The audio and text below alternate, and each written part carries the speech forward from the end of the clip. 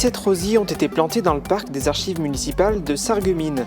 Ce sont plus de 150 enfants, allemands et français du secteur, qui ont pris part à cette action symbolique dans le cadre du projet Sarrenvol. Il s'agit pour eux d'une étape parmi une série d'événements qui se finira le 11 mai avec une journée offerte sur le terrain d'aviation de Sarrelouis en Allemagne.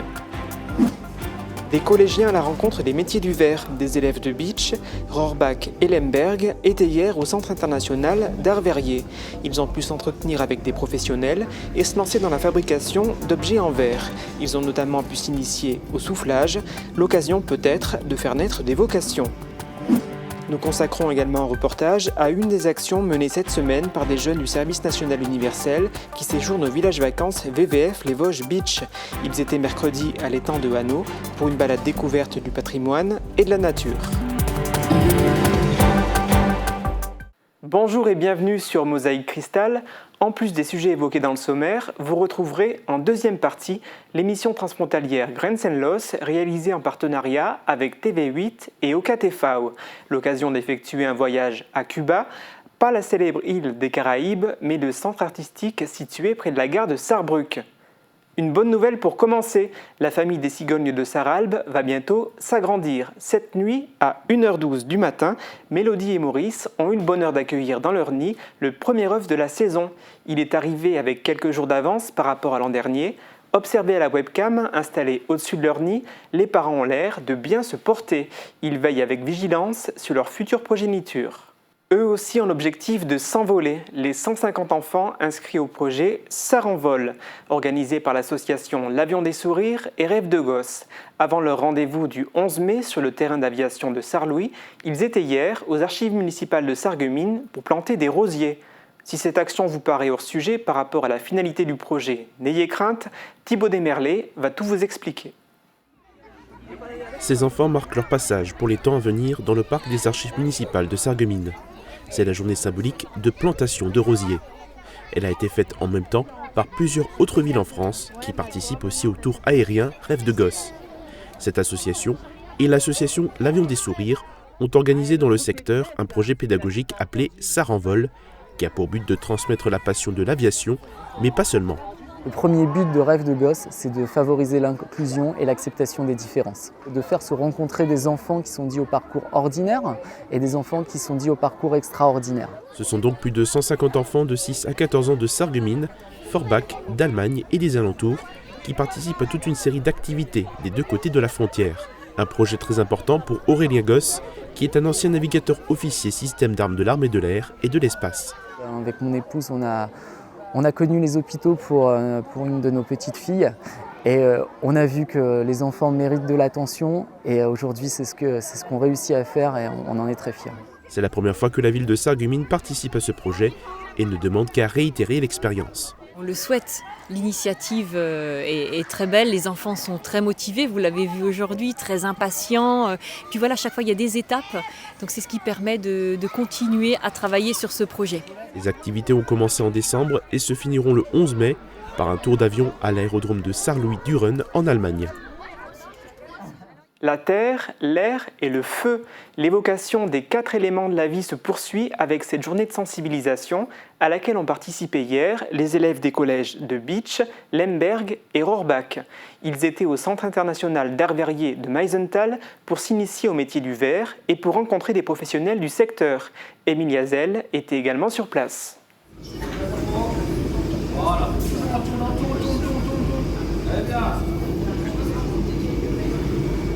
Souffler et tourner en même temps, ce sont peut-être les gestes que certains feront plus tard. Mercredi, le CIAV avait organisé une matinée de sensibilisation au métier du verre et du cristal en partenariat avec les collèges du Pays de Beach. L'intérêt, c'est de permettre à ces jeunes, là ce sont des jeunes issus des 3 collèges du Pays de Beach, de découvrir peut-être un métier qui demain sera le leur. Et puis c'est l'intérêt aussi d'organiser de manière régulière évidemment ces capacités d'animation à destination des jeunes publics. On est aujourd'hui à plus de 35 000 jeunes qui ont été invités sur le site dans le cadre du baptême du feu. C'est aussi l'occasion à un moment donné de permettre à ces métiers d'art de pouvoir continuer à recruter. Les 30 collégiens volontaires pensent déjà à leur avenir. Parce qu'au début, je voulais être kiné et à l'école, c'est pas trop ça pour l'instant. Du coup, je suis en train de regarder pour basculer sur autre chose au cas où j'y arrive pas à aller en général. Et du coup, je suis venue m'intéresser pour savoir comment c'était, quel travail on pouvait faire et m'intéresser, quoi. Ils ont découvert le verre froid et le verre chaud à travers des ateliers pratiques. Ils ont d'abord assisté à une démonstration de création de la boule de Noël Stella, puis ils ont fait du soufflage de verre, en ont appris plus sur le travail du verre froid et ont fait du sablage. Voilà, et là, tu peux mettre une pied sur la pédale et t'appuyer dessus, et le sable va venir sur le verre. À la suite des ateliers, des professionnels ont présenté leur métier. Je suis là aujourd'hui pour montrer notre savoir-faire au sein de la société Lalique. Donc il faut savoir qu'on n'a pas moins de 25 corps de métier qu'on peut y exercer. Et c'est tous des métiers passion. Donc voilà, j'en fais partie, ça fait 25 ans que j'y travaille. Pour nous, ça paraissait une évidence d'être présent aujourd'hui, parce que ces jeunes, ce qu'on souhaite, c'est leur partager notre passion, partager ce que nous sommes, les savoir-faire qui sont caractéristiques de notre société, et avec l'espoir qu'un jour, ils se lancent à leur tour dans ces métiers manuels qui sont juste fantastiques, et qui puissent initier un parcours de formation, et puis à terme pouvoir nous rejoindre. Le lycée Dominique Labroise de Sarrebourg était aussi représenté. Et je pense que c'est important pour ces collégiens de découvrir d'un côté le monde professionnel, donc le geste verrier, le geste professionnel, mais aussi de pouvoir avoir un témoignage d'enseignants et donc aussi des proviseurs qui représentent les lycées dans ces formations de verrerie qui sont dispensées à Sarrebourg. Il manquait un élément dans notre émission du jour, l'eau. On va tout de suite réparer cette injustice à l'occasion de ce nouveau reportage consacré à la visite de l'étang de Hanau par les jeunes du service national universel qui séjournent actuellement au VVF de Bitche. Pendant plus de 2 heures, ils ont parcouru l'étang en compagnie de membres de la Société d'histoire et d'archéologie de Lorraine, section Pays de Bitche. Émilie Hazel était avec eux. Des bénévoles de la Société d'histoire et d'archéologie de Lorraine, section Pays de Bitche, ont sorti leurs chaussures de marche mercredi. Au départ du camping de l'étang de Hanau, ils ont accompagné les jeunes du service national universel pour une balade. Les 111 jeunes venant d'Ardennes, du Val-de-Marne et de Seine-et-Marne étaient séparés en plusieurs groupes sur la journée. Le château du Waldeck avait 2 tours. Il y a une tour qui a été qui s'est ébranlée suite à un orage, un éclair, et a fait exploser cette tour au 19e siècle. La Chale a guidé les jeunes à travers une balade découverte du patrimoine et de la nature de 5 km autour du Waldeck. On leur a montré la tourbière avec des photos d'animaux et de plantes qui poussent dans cette tourbière. On leur a montré ensuite l'environnement, le château du Waldeck avec l'historique de ce château. L'historique en plus de la région, l'historique de tous les châteaux, la nécessité de ces châteaux de défendre une région frontalière et des passages entre l'Alsace et le Palatinat. Ils ont également parlé de l'occupation allemande et de la vie quotidienne lors des différentes guerres. Ils sont cachés là-dedans pendant la guerre, comme ça ils ne sont pas partis au front. L'autre frère qui est parti, il n'est jamais revenu. Ces adolescents ne participent pas à un SNU classique, ils font partie de classes engagées. C'est la première fois qu'on accueille ce genre de SNU. Classe engagée, en fait, ça signifie qu'ils sont regroupés par classe, alors que normalement, c'est des jeunes qui ne se connaissent pas du tout et qui viennent d'un peu partout. Pour ces classes spéciales d'établissements scolaires, le programme a été adapté. Ils ont des journées coloration, donc ils ont des thèmes identifiés. On a par exemple le développement durable, la résilience, le sport avec les Jeux Olympiques. Et donc on va vraiment avoir des activités qui vont être focalisées sur leur thème, en fonction de leur coloration. Le SNU est l'une des activités faisant partie d'un travail des classes sur toute l'année scolaire. Elle aime aussi se balader, mais elle n'est pas encore en week-end. Sandrine Serbino. Profitons encore de sa présence dans nos locaux pour écouter sa météo. La rénovation de vos façades avec Modern Habitat allie esthétique et une résistance garantie à toutes les intempéries.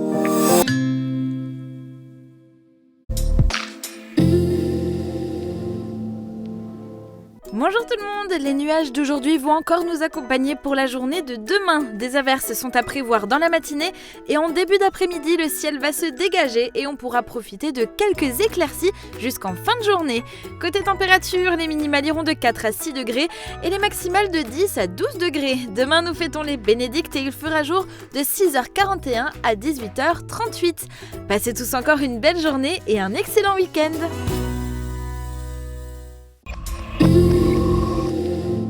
Le CFA BTP Moselle est à Sarreguemines, avec 4 formations disponibles. Métier du plâtre et de l'isolation, carreleur et mosaïste, peintre applicateur de revêtement et génie climatique. Inscription ouverte toute l'année par téléphone au 03 87 63 71 08.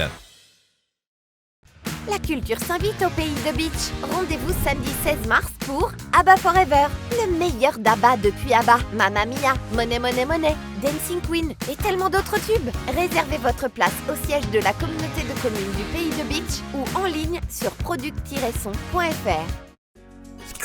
Mireille de Plate se met au vert au milieu de la forêt des langues. Mais quel rapport entre les langues et l'écosystème? Nous vous invitons à le découvrir tout au long de l'année à Sarreguemines avec de nombreux rendez-vous autour de la langue francique. Nous interrogerons ensemble la relation entre l'usage des langues et leur risque de disparition et comment les préserver. Spectacles, conférences, théâtres, projections, soirées festives et bien plus encore. Le Plate à Sarreguemines se vit au quotidien. Programme complet sur sarreguemines.fr/plate. Direction Cuba, ou plutôt Cuba, dans notre émission transfrontalière Grenzen Los. Christelle Jambon nous embarque à la découverte de ce centre culturel à Sarrebruck. Vous ferez aussi la connaissance d'un passionné d'accordéon et vous en saurez plus sur l'aide au financement de projets transfrontaliers. Je vous laisse en sa compagnie.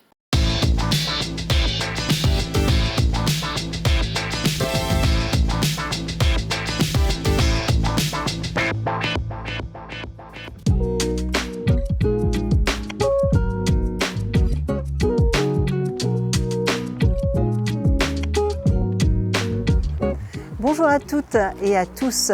Aujourd'hui, direction Cuba.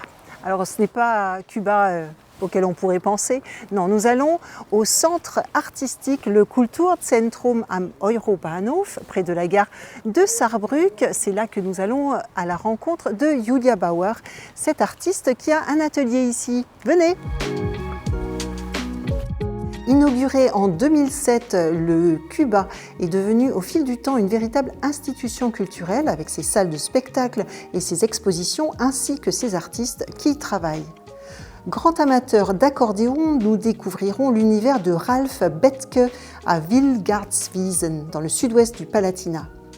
L'Eurodistrict Saar-Moselle souhaite accroître la coopération franco-allemande et pour ce faire, il guide tous les porteurs d'idées innovantes et les informe quant aux possibilités de financement de leurs projets. Et pour clore, notre labo interculturel se consacre ce mois-ci à une particularité toute française, l'apéro.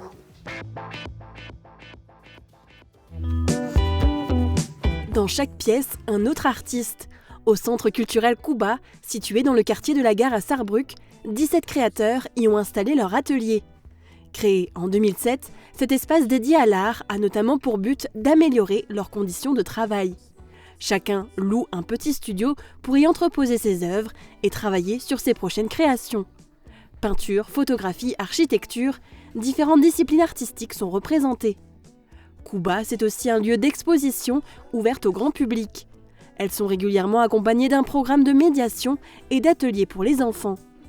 En plus des artistes qui sont présents de manière permanente, des artistes internationaux viennent passer quelques semaines dans ce centre culturel pour des résidences, suivies d'une exposition.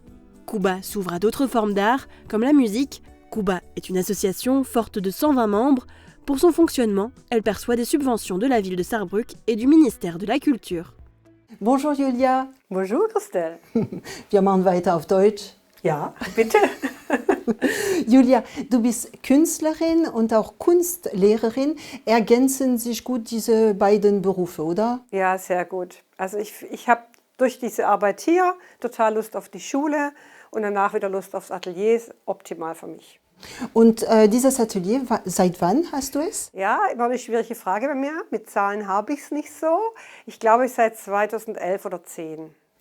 Ja. Und warum ist es wichtig, ein Atelier hier im Zentrum Saarbrücken zu haben? Das ist total schön und total wichtig. Also einmal ist es wichtig, einen Arbeitsraum zu haben, egal wo. Natürlich optimal hier im Kuba, wo viele andere Kollegen sind, wo man sich austauschen kann, wo man gesehen wird, wo man eine Plattform hat, wo Leute kommen, wo Veranstaltungen stattfinden. Es ist lebendig, man fühlt sich auch nicht so isoliert in der Kunst. Weil sonst im Atelier auf dem Land wäre man sehr isoliert. Ja, du wohnst auf dem Land. Ja, genau. Also du malst und du zeichnest, man sieht es, die Natur, Bäume, Äste, Blumen. Warum hast du dich für dieses Thema entschieden? Ja, es ist ja immer eine Entwicklung. Also man entscheidet sich nicht, ich habe eine Idee, jetzt mache ich das, sondern es entwickelt sich aus der Arbeit vorweg. Also ich habe schon sehr lange mit Blumen gearbeitet und mit üppigen Blumen, auch farbig gemalt. Und aus denen wurden dann irgendwann die vertrockneten Blumen, die Reste, die bleiben. Das hieß auch die Serie Was bleibt. Ich habe angefangen, vertrocknete Samen, Blüten, Zweige zu skizzieren und daraus größere Skizzen zu machen, die dann ganz groß zu machen und auf riesigen Papierbahnen zu zeichnen. Und irgendwann fing es an, dass ich Pflanzen selbst erfunden habe. Das hat sich ein bisschen ergeben sozusagen. Das ist oft so eine Entwicklung. Man begibt sich auf eine Spurensuche und was entsteht, das bleibt die Überraschung. Und du sagst, dass du auch die Natur erfindest. Wie meinst du das? Ja, meine Pflanzen sind ja surreal, die gibt es ja so gar nicht. Also sie sind gar nicht gespeist aus meinen ganzen vielen Beobachtungen von Pflanzen. Ich habe einen Mann, der einen großen Garten pflegt und alles immer stehen lässt lange. Dadurch habe ich diese vertrockneten Sachen immer wahrgenommen und fand, dass sie sich so verändern und auch schon so verrückt, surreal aussehen. Also wenn ich Dinge gezeichnet habe, die es gab, haben die Leute sie nicht erkannt, weil sie im vertrockneten Zustand, zum Beispiel ein Feigenblatt, sich anfangen zu drehen, weil sie was Skulpturales bekommen. Und das habe ich eben genutzt, um dann irgendwann zu sagen, okay, dann kann man ja selbst Pflanzen auch erfinden. Und natürlich erkennt man bestimmte Formen von bestimmten Pflanzen. Je poursuis cette interview avec Julia dans quelques instants, mais auparavant, je vous invite à regarder ce reportage sur un passionné. Alors lui, il n'est pas passionné de peinture ou de dessin, mais plutôt d'accordéon, de musique. Regardez ce reportage de Lucie Owen.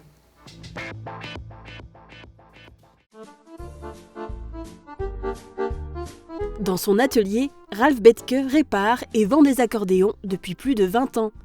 En 2003, cet électricien de formation a fait de sa passion pour les instruments à souffler son métier. L'élément déclencheur a été la réparation défectueuse de son propre instrument.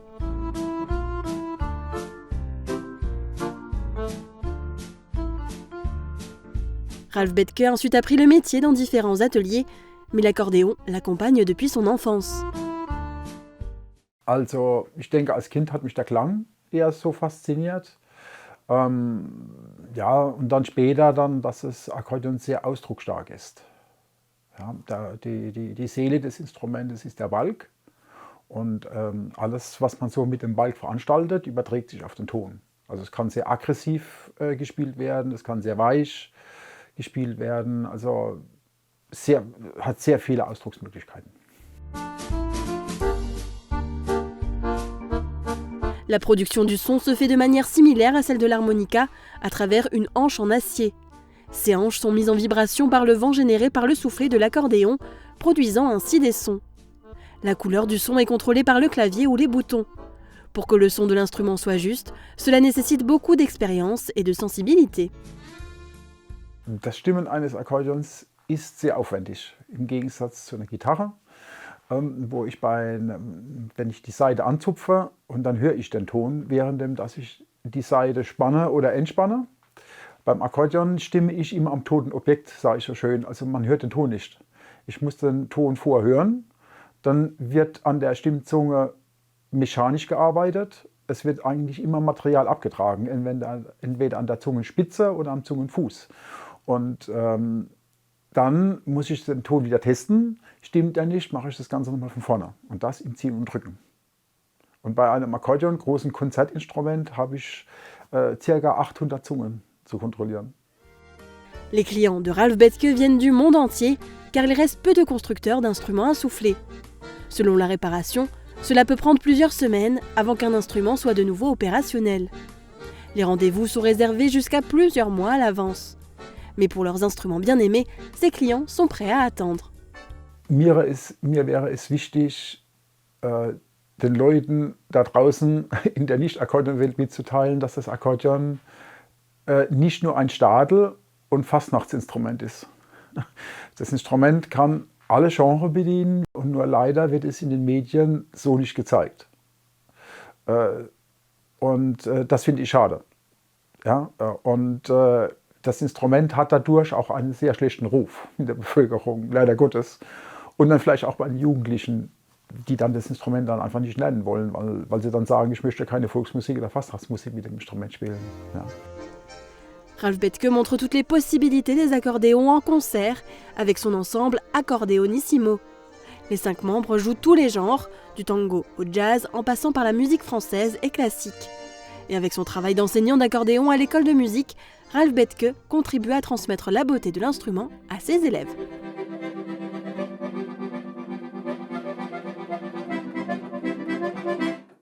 Nous voici de retour en compagnie de Julia. Julia, wie ist die Stimmung hier in Kuba? Ach, eigentlich ganz schön. Wir sind eine große Familie. Mit manchen hat man halt mehr Kontakt, weil wir sind ja relativ viele. Nicht mit allen hat man Kontakt. Manche arbeiten sehr zurückgezogen oder auch zu unterschiedlichen Tageszeiten. Ich habe halt 2 Tage die Woche frei, weil ich ja noch Lehrerin bin. An den Tagen komme ich dann morgens normalerweise her und gehe dann um 2:30 nach Hause. Bin ich auch erschöpft nach 5 Stunden oder 4,5. Mehr schaffe ich eigentlich nicht mehr am Stück zu zeichnen. Und aber wenn man Kontakt will, man geht zum Beispiel runter zu Martin, also Kollege, der hat Türe offen, bei dem wir gerade eben waren, oder auch andere Kollegen, die Türe auf haben, spricht man schon. Oder in der Küche, wenn man sich Zeit nimmt, kann man eigentlich immer kontakten. Und dann haben wir natürlich immer diese Rundgänge jedes Jahr und unseren Herbstsalon, die Ausstellung, wo wir uns nochmal treffen, oder Strictly Commercial, eine Weihnachtsausstellung, und da organisieren wir uns immer. Das ist schon schön. Also unter diesen 17 Künstlern gibt es schon eine Interaktion. Es ist nicht, dass jeder hinter seiner Tür bleibt. Das ist ganz unterschiedlich. Das ist einfach, wie man es möchte, sagen wir so. Manchmal hat man halt auch nicht so viele Überschneidungen von den Uhrzeiten, aber mit Einzelnen hat man immer Kontakt, doch. Und gibt es also mit Frankreich so Austausche mit Frankreich? Ja, die Sidonie Bilger war ja da. Das war sehr schön. Das war jetzt zum Beispiel mal ein Austausch, mit der ich auch Kontakt bekommen habe, weil das ja oben bei mir um die Ecke. Und das ist eine Französin, die sehr gut hier angekommen ist und jetzt auch Connections hat nach Saarbrücken und Ausstellungen organisieren konnte. Das war schön. Und sie hat hier ein Atelier? Genau, sie hatte hier ein Atelier, also als Stipendium. Eben für, ich weiß nicht, 3 Monate oder was, hat die auch geschlafen und alles. Und ja, und hat jetzt seither Connections und war es nochmal da in Saarbrücken. Ja. Des projets transfrontaliers, et bien surtout dans cette région, c'est bien, c'est même très bien. Mais comment les concrétiser? Comment trouver des financements? L'Eurodistrict Sarre-Moselle organise des rencontres sur le sujet. Émilie Capodici a assisté à l'une d'entre elles. Permettre à l'Eurodistrict d'être plus autonome dans le financement des projets transfrontaliers, voilà l'objectif de la zone fonctionnelle Sarre-Moselle. Une nouveauté du programme de coopération Interreg qui, depuis mai 2023, permet aux territoires transfrontaliers de disposer d'une enveloppe de fonds de l'Union européenne pour cofinancer des projets transfrontaliers dans le cadre de leur stratégie territoriale. Pour expliquer au public le fonctionnement du dispositif ainsi que les conditions à remplir pour pouvoir proposer un projet, Nico De Palma et Sandrine Bertrand de l'Eurodistrict Sarre-Moselle ont réuni à Forbach les potentiels porteurs de projets sur la base du volontariat pour une réunion d'information. Le but de la réunion de ce soir était d'informer des acteurs potentiels qui s'investissent dans des projets sur les modalités justement de la zone fonctionnelle, mais également des petits projets qui, eux, pour le coup, évoluent au niveau de la grande région, donc avec le Luxembourg, la Belgique, la Rhénanie-Palatinat et la Sarre. Claude Spitznagel est venu de Montigny-lès-Metz car il aimerait se renseigner sur les possibilités de cofinancement pour donner une nouvelle dimension transfrontalière à son projet de guide numérique trilingue permettant de découvrir la Lorraine et peut-être bientôt la Sarre. On est à la création d'un site qui s'appelle le Chouette Balade et qui propose donc des promenades en 3 langues, français, allemand, anglais, sur pour le moment les 4 départements de Lorraine et les 2 d'Alsace, le Luxembourg et une promenade en Allemagne. Et on voudrait faire des promenades donc interfrontaliers et donc on est là pour essayer de prendre un maximum de renseignements afin de pouvoir constituer un dossier et de pouvoir réaliser notre vœu. Mais ça nécessite des moyens. Et avant tout, d'essayer quelque chose avant de le proposer. Il était le seul porteur de projet présent à la réunion. Pour l'Eurodistrict, il ne s'agit pas d'une réticence des porteurs de projets français à investir sur le transfrontalier, mais plutôt d'un manque d'informations générales. Je pense que c'est un dispositif qui est encore un petit peu méconnu et qui a aussi une connotation très administrative, parce que c'est quand même assez complexe, les fonds européens. Les projets Interreg nécessitent un temps de préparation assez conséquent, il faut le dire, mais quand même on a un intérêt assez fulgurant sur ce mode de financement, notamment dans le domaine du tourisme, mais également de la santé. On a un vrai intérêt pour des projets transfrontaliers, puisqu'on est une région, par essence, un bassin de vie qui évolue uniquement avec des problématiques transfrontalières. Qu'ils touchent au domaine du tourisme, du bilinguisme ou de la santé, tous les projets déposés via la zone fonctionnelle seront examinés et pourront, s'ils relèvent d'un intérêt pour l'Eurodistrict, être menés à bien. Si vous souhaitez vous aussi déposer un projet potentiel, rendez-vous sur le site internet www.sarmoselle.org. Nous revoici en compagnie de l'artiste Julia Bauer. Julia, wir sind hier in einem Ausstellungsraum und Jonas Meyer stellt hier aus. Ja. Delfin im Eimer heißt die Ausstellung. Cooler Titel. Wie findest du die Ausstellung? Ja, also erfrischend, schön, witzig. Also ich bin richtig überrascht und mir gefällt auch dieses freie, freche und dieses Lustvolle an der Kunst. Das vermisse ich ja manchmal ein bisschen und ja, eine neue Position in der Kunst. Klasse. Du machst regelmäßig Ausstellungen. Gibt es eine, die du besonders gut in Erinnerung hast? Ja, die Saarart war für mich ein großer Höhepunkt letztes Jahr. Da durfte ich im Schloss 5 Wochen lang die Wände voll zeichnen und konnte große Papierbahnen aufhängen und hat den ganzen 70 Quadratmeter Raum eingenommen. Das war eine tolle Erfahrung, in den Erker reinzeichnen, das war super. Und jetzt will ich halt gern auch weiterhin auf Wände zeichnen. Das heißt, ich bewerbe mich jetzt momentan und mache auch hier im Kuba dann Ende des Jahres wahrscheinlich oder Anfang nächstes Jahr zusammen mit Mechthild Schneider, einer Fotografin, die den Monika von Boch-Preis auch bekommen hat, mal eine Ausstellung. Du arbeitest dran? Genau, wir machen jetzt gerade die Bewerbungsunterlagen dafür. Wir müssen uns hier auch bewerben. Ja. Ja. Das ist ja oben im Galerieraum, genau. Und ansonsten ist hier immer der Herbstsalon jedes Jahr Ende September oder Mitte September. Da werde ich wahrscheinlich auch dabei sein. Und der Tag der Bildenden Kunst, wo man die Ateliers kann. Und da ist mein Raum auch natürlich ein Ausstellungsraum. Ja, ist ja klar. Tag der offenen Tür. Genau, da präsentiere ich auch, was ich gemacht habe übers Jahr. Sehr schön. Voici le moment de retrouver notre ami Tom Koschwitza pour son labo interculturel.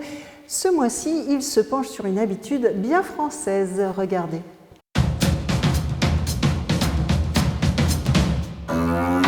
Oui. Bonjour. Ah, bonjour.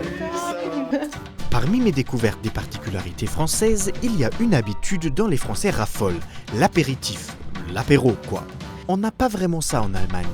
Ma première expérience avec l'apéro, ça a été au restaurant quand j'ai visité 2 copines françaises que je n'avais pas vues depuis longtemps. On s'amusait, tout allait bien, jusqu'au moment que le serveur est arrivé. Déjà, comme je ne connaissais pas la tradition du petit apéro avant le repas, je voulais tout de suite commander à manger. Bonjour, moi je prendrais le cordon bleu avec les frites. Bon, ça arrive, pas de souci. Par contre, il me semble que je n'avais pas encore tout à fait compris l'idée derrière cet apéro. Moi, je prendrais un coca, s'il vous plaît. Et moi, je prendrais un verre de vin rouge, s'il vous plaît. Et moi, donc, un cappuccino. Un quoi? Un cappuccino de l'apéro. Bah oui. Ouais, ça se fait pas, ça? Bah oui, un cappuccino, ça se boit aussi, non? De toute façon, je le trouve bizarre de boire une boisson entière avant de commencer à manger, que ce soit un café ou un vin. Santé, hein. Santé.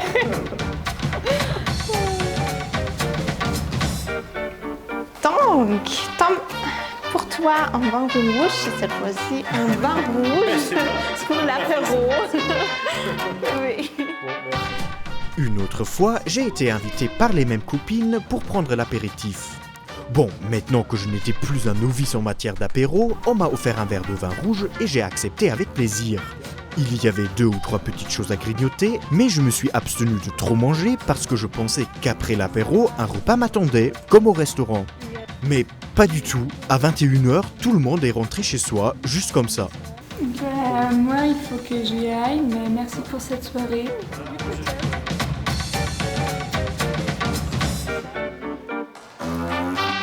Mais on mange pas là encore?